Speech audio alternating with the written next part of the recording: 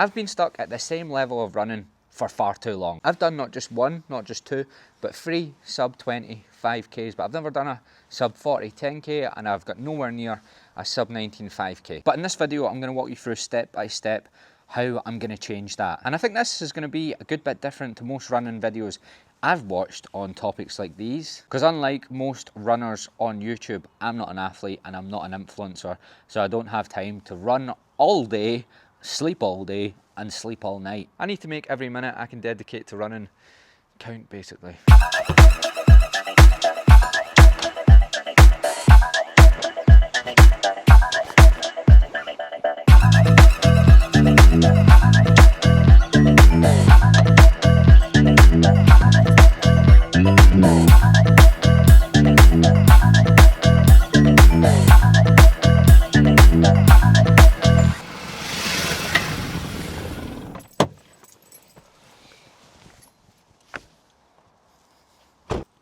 So I've got 10K easy to run first, and on that run I'll explain the first part of the process. So like my little broccoli, my missus got that last night, so we stopped taking each other's car keys.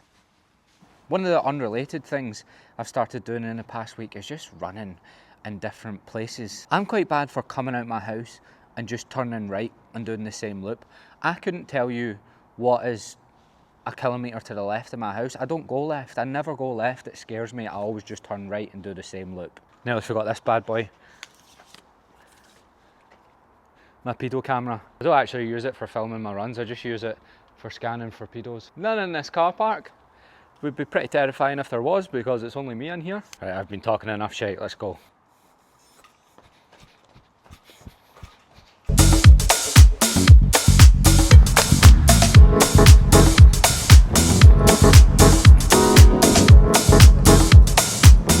So one of the biggest changes I'm actually making is really not paying attention to what anyone on social media, especially YouTube, what anyone says about running on YouTube. I'm actually going to stop because I find it really difficult to run and talk.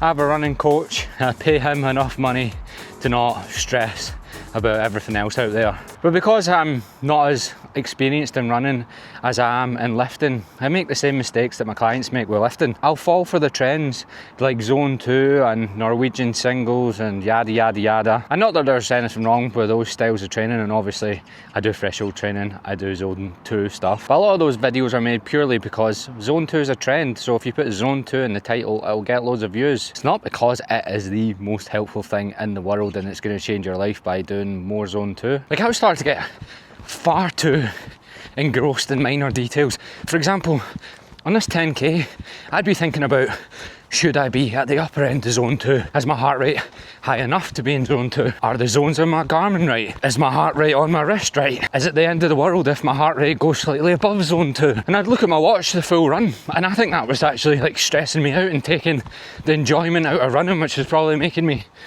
nearly spat all over myself there. It's probably actually making me less interested in running.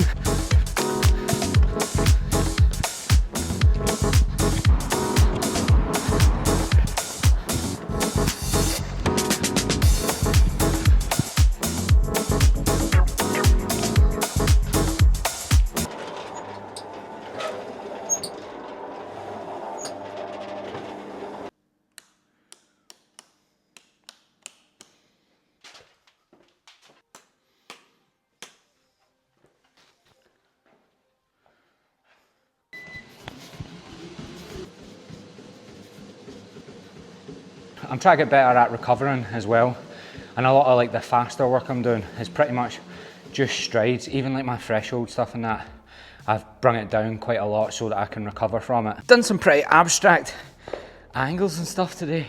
I nearly ran over my camera earlier.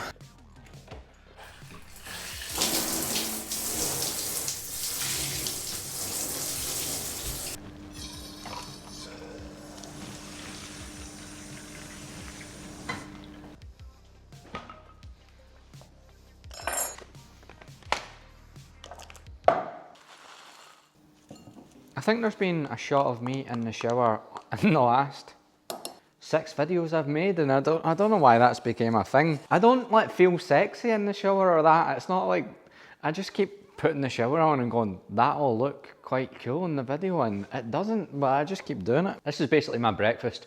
This is the breakfast that I have every day. I would say I make it, but Aoife gets up before me, so Aoife makes it every day. I know my stomach can handle this, so instead of me going about overthinking like what's the best food to eat after training, I know I can make that straight away. It's got protein in it, it's got carbs in it, and I enjoy it. No need to overthink. I've made a lot of mistakes with lifting alongside running.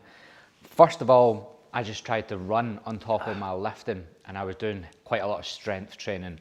Not a good idea. Then I went the other way. Because I wasn't recovering, I basically didn't really go to the gym. I lost pretty much all my muscle and turned into the white Mo Farah for a couple of months in 2024. But then last year, I started to figure it out. I rebuilt quite a lot of my strength up whilst getting my mileage up alongside it. And I've not got massive legs, but honestly, these Gymshark shorts were starting to hang off me. So at least there's that. Again, I've actually came to the conclusion that I don't really need to worry about what runners do in the gym. It's just doing the bare minimum, which will allow me to recover from all the running I'm gonna do. So a lot of runners need to focus on the gym more, and I've listened to that, whereas I actually need to lift a little bit less and go a little less extreme. Maybe don't do challenges to deadlift 200 kilos. You need to be careful with these, can't make the same mistake as returning to split squats after my deadlift training and not doing them for like 2 weeks. Could not sit on the toilet all week,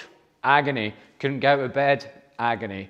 My bum, very sore. Felt like I took a bit of a pounding. Part of me still wants to lift really heavy because, do you know, like, runners just don't look very they don't have much sex appeal, do they? And like, I know they're all trying to be like quite hipster and that these days, but they're not sexy guys. I do like 20-minute sessions. Now sometimes I just do it with dumbbells in my conservatory because that's all I've got time for.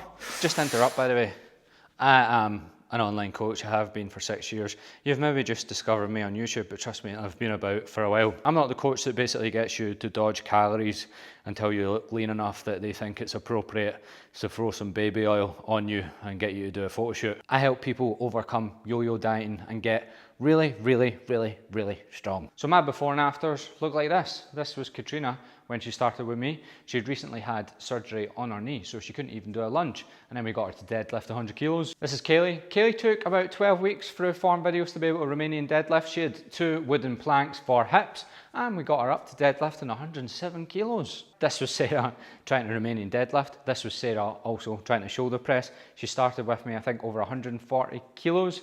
And then she's now 100 kilos. She's deadlifted 120 kilos, and she can bench press 50 kilos for 5.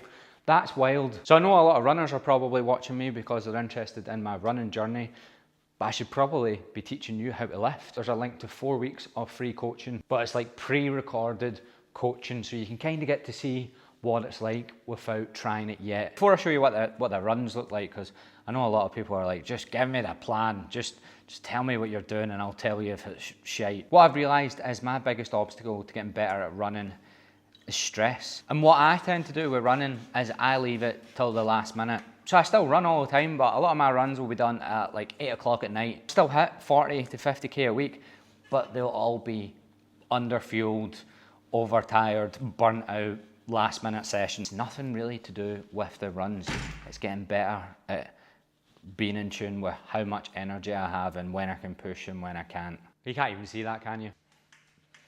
You're just gonna have to imagine this is written. So the actual plan, the big reveal. Running is the most boring thing to program and plan in the world. Every time I watch a YouTube video of a runner's plan, I'm like, oh my God, shoot me in the brain. You basically just said, you run sometimes fast, sometimes slow, sometimes really slow, sometimes really fast. Is that it? I've really sold you on this, haven't I? So the first session is 5 times 5 minutes. See what I mean? It's so boring. I'm running 5 times for 5 minutes. About threshold pace, and hopefully we'll push that forward a bit. Usually do that on a Tuesday. Then the other main session I do is a long run. Again, I run a bit longer sometimes at the weekend. My coach has me doing a lot of my work on that day. So I've been doing a progression run on the Sunday, so just gradually getting faster. Everything else as easy as I possibly can.